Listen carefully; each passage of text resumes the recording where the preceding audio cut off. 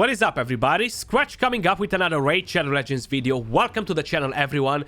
I guess it's this time of the year, or better said, this time of the month, where we're gonna start with a brand new fusion. We're gonna have a brand new legendary fragment fusion, guys.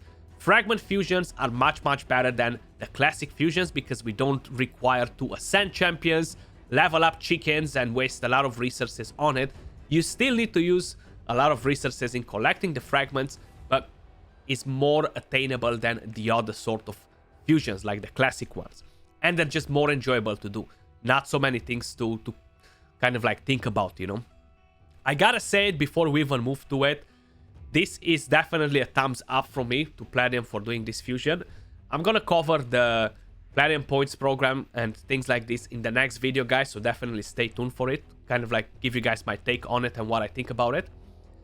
Now, this fusion is top 3 fusions in the entire game. So thinking of every single fusion we had in the game since the beginning of it, this will rank in top 3. We had Rotos, we had Brogni, this fusion, and Tormin and the rest are coming after, in my opinion. Just because it brings so much utility in PvE, in PvP, all around is gonna be a top-notch champion. And this is definitely one of the fusions that you do not want to miss in the game, okay? And I'm not overhyping it. I'm not saying it because Platinum paid me to say it, because they don't. I wish they would pay me, but hell, they don't want to pay Raid Shadow Legends creators because we're the idiots doing it for free, basically. But this is an amazing champion, guys, and honestly, I would definitely suggest you don't miss on the fusion. If you gotta go the extra mile and grind the game a bit extra this month to get a fusion, definitely do it because you won't regret it. So let me just quickly go to the announcement. On Thursday, January the 12th, which is going to be next week, we're planning to launch a champion fragment event with a new champion, Pythian, faction lizardman, rarity legendary type support, force affinity. Pythian is the kind of champion that will be useful both in PvE and PvP content. Let's take a closer look at his skill set. So I'm quickly going to bring everything on the screen that we have right here, guys. This is the champion. Lizardman faction looks very powerful. Looks amazing as design as well. And with the A1, attacks one enemy 2 times, heals the ally with the lowest HP by 5% of this champion's max HP after each hit. Keep in mind, it's 5% of this champion's max HP, which is very nice.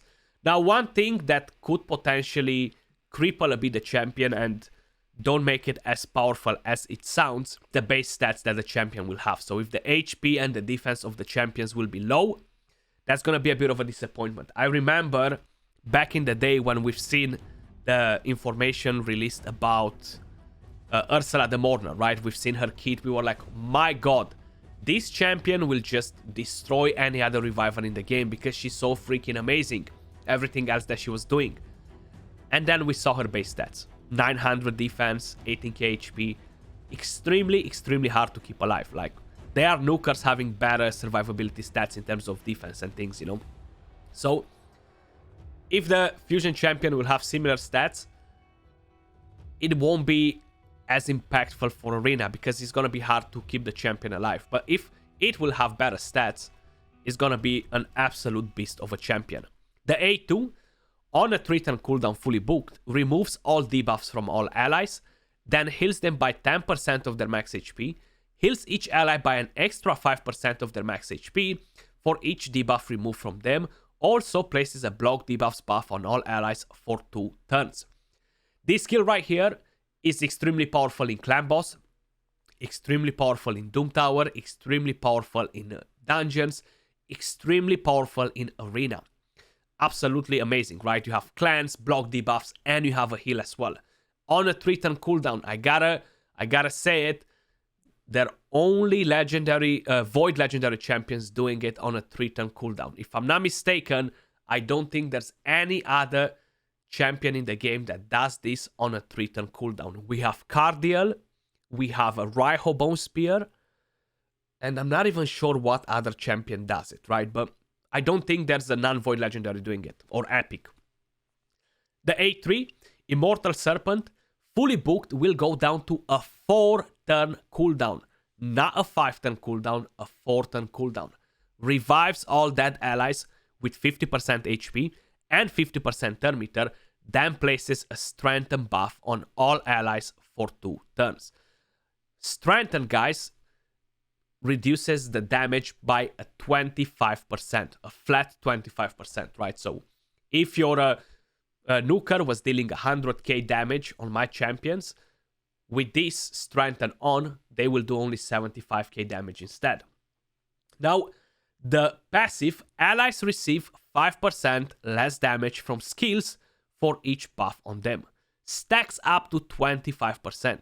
So if you have 5 buffs on your champions, including shield, the strengthen, the block debuffs, you have an increased defense, an increased speed, or something else like that, you're gonna have a damage reduction of 25% from skills on your entire team. This is very impactful in Arena, very impactful in Clan Boss, very impactful on Hydra, impactful everywhere, guys, you know. So it's very, very, very strong. Just imagine comboing this with Harima, with a Taras, or other champions that bring in damage reduction.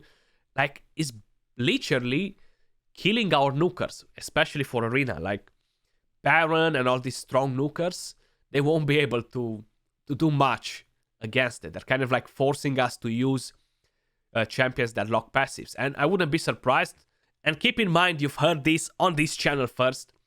I'm 100% convinced that in the next few months, maybe the next couple of months, they will bring in another champion like Ramanto in the game, or something similar that interacts with the passives of the opponent in a way or another. Because right now, if we're using Ramanto, we're going to get shipped constantly because of the polymorph blessing. And that's definitely not something that you want to do in Arena, because it brings so much RNG to the fight, you're going to get stuck in those fights for longer and longer.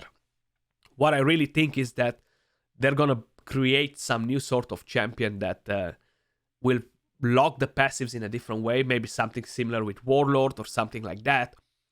And that will kind of like allow us to farm the Arena teams in a decent manner, because it's just getting crazy.